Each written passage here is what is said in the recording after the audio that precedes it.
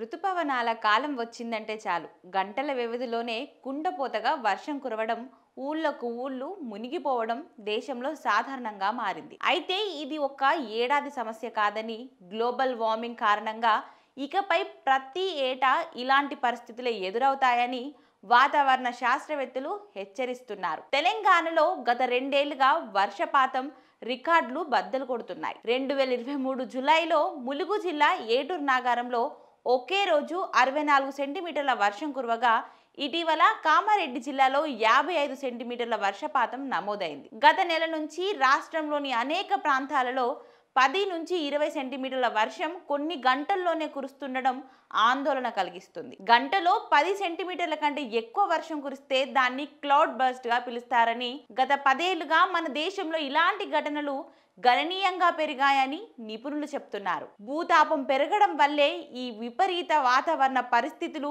ఏర్పడుతున్నాయని నిపుణులు స్పష్టం చేస్తున్నారు. సముద్రాల ఉపరితల ఉష్ణోగ్రతలు పెరగడంతో నీరు ఎక్కువగా ఆవిరవుతుంది. అదే సమయంలో వేడెక్కిన గాలి ఆ నీటి ఆవిరి తేమను ఎక్కువ మోతాదులో నిల్వ ఉంచుకుంటుంది. ఈ అధిక తేమతో కూడిన గాలులే దట్టమైన మేఘాలుగా ఏర్పడి ఒక్కసారిగా కుండపోత వర్షాలకు కారణమవుతున్నాయి.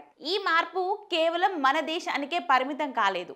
100 ఏళ్లలో ఎన్నడూ లేని విధంగా సహారా, సౌదీ అరేబియా లాంటి ఎడారి ప్రాంతాల్లోనూ భారీ వరదలు సంభవిస్తున్నాయి.